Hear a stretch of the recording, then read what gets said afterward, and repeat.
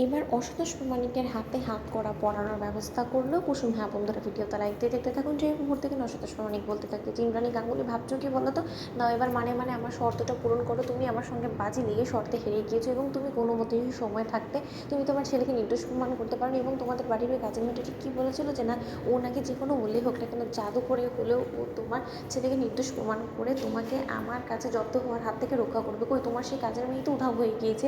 মান সম্মানের ভয়েও খুব ভালো করে বুঝতে পেরে গিয়েছে যে ও এই খেলায় আমার কাছে মাত পেয়ে গিয়েছে এবং ও কোনো মতে ওর দেবীমাকে বাঁচাতে পারবে না, তার জন্য তো লেজ গুটিয়ে পালিয়ে গিয়েছে, তাই তো? ঠিক আছে, সেই সমস্ত কিছু আমার বুঝতে আর বাকি নেই এবং আমি খুব কনফিডেন্টই ছিলাম যে ও কোনো মতে কোনো কিছু করতে পারবে না। কিন্তু তার শর্ত, আজকে যখন কিনা তোমার সময় সমাপ্তি হয়েছে, এবার থেকে আমার সময় শুরু। এবং এবার আমার সময় শুরু হওয়া মানে তুমি নিশ্চয়ই বুঝতে পারছো যে তোমাকে যে শর্তটা আমি দিয়েছিলাম যে তুমি যদি সময় থাকতে তোমার ছেলেকে কোনো মতে নির্দোষ প্রমাণ করতে না পারো, তাহলে তুমি আমার পায়ের কাছে এসে নাকে খত দিবে এবং সেই সমস্ত কিছু করতে, কিন্তু এখন তুমি বাধ্য। এখন নিশ্চয়ই তোমার আর কোনো রকম কোনো অবজেকশন নেই। ঠিক সেই সময় আয়ুষ যখন কিনা ক্ষিপ্ত হয়ে বলতে থাকে যে অসন্তোষ প্রামাণিক, ঠিক সেই সময় অসন্তোষ প্রামাণিকের কলার চেপে ধরে আয়ুষ এবং সিদ্ধার্থ এবং রাজশেখর মিলে যখন কিনা অসন্তোষের সঙ্গে হাতাহাতি হওয়া থেকে আয়ুষকে সরিয়ে দেয় এবং আয়ুষকে বলতে থাকে রাজশেখর গাঙ্গুলি যে আয়ুষ তুমি যত যাই বলো না কেন, ইন্দ্রাণী গাঙ্গুলি আজ অব্দি অন্যায়ের কাছে মাথা নত করেনি এবং কোনোদিনও করবে না। সেই আস্থা তোমার মায়ের উপরে তোমার রাখাটা উচিত। এবং এরকম একটা জঘন্য নোংরা অপরাধী কী না কি এসে বলে গেলো এবং সেই সমস্ত শর্ত পূরণ করতে তোমার মা বাধ্য, সেটা তুমি ভাবলে কী করে বলো তো? অন্যদিকে অসন্তোষ প্রামাণিক যখন বলতে থাকে যে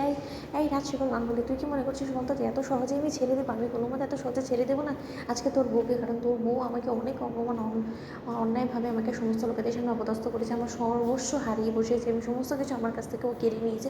আমাকে সমাজে আর মুখ তুলে তাকানোর ওর উপায় রাখিনি আমার জন্য কোনো কিছু এই মহিলা। এবং এই মহিলাকে তো এবার আমি যখন সুযোগ পেয়েছি জব্দ করে, তাহলে তোকে তো আমি অবশ্যই জব্দ করবো এবং এর প্রধান একমাত্র ও শুরুই হবে হলো গিয়ে এই মহিলাকে আমার পায়ের কাছে এসে নাকে খত দিতে হবে। না, ইন্দ্রাণী গাঙ্গুলি সময় লস না করে যদি তোমার ছেলেকে বাঁচাতে চাও, দেখো আমার হাতে পেনড্রাইভটা আছে।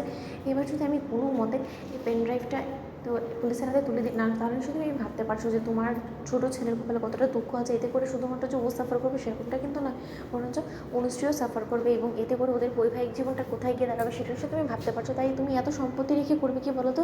যখন কিনা সম্পত্তিটা আর তোমার ছেলেকে কোনো মতে বাইরে থাকতে দিবে না, তাহলে সম্পত্তির বিনিময়ে তুমি তোমার ছেলের শান্তিটা আমার কাছ থেকে কিনে নাও, তাহলেই তো হয়ে যায়। ঠিক সেসব ইন্দ্রাণী গাঙ্গুলি যখন বলতে থাকে যে ঠিক আছে অসন্তোষ প্রামাণিক, তোমার এই সমস্ত কিছু করার কোনো প্রয়োজনীয় শর্ত অনুসারে আমি তোমার নামে সমস্ত প্রপার্টি লিখিয়ে দিয়ে তোমার কাছে নাকে খত দেবো, সেটাই তো? তাহলে বরঞ্চ আমি সেটাই করছি। ঠিক সেই সময় আয়ুষ বলতে থাকে যে মা, এরকম একটা অপরাধীর কাছে তুমি নথি স্বীকার করছো?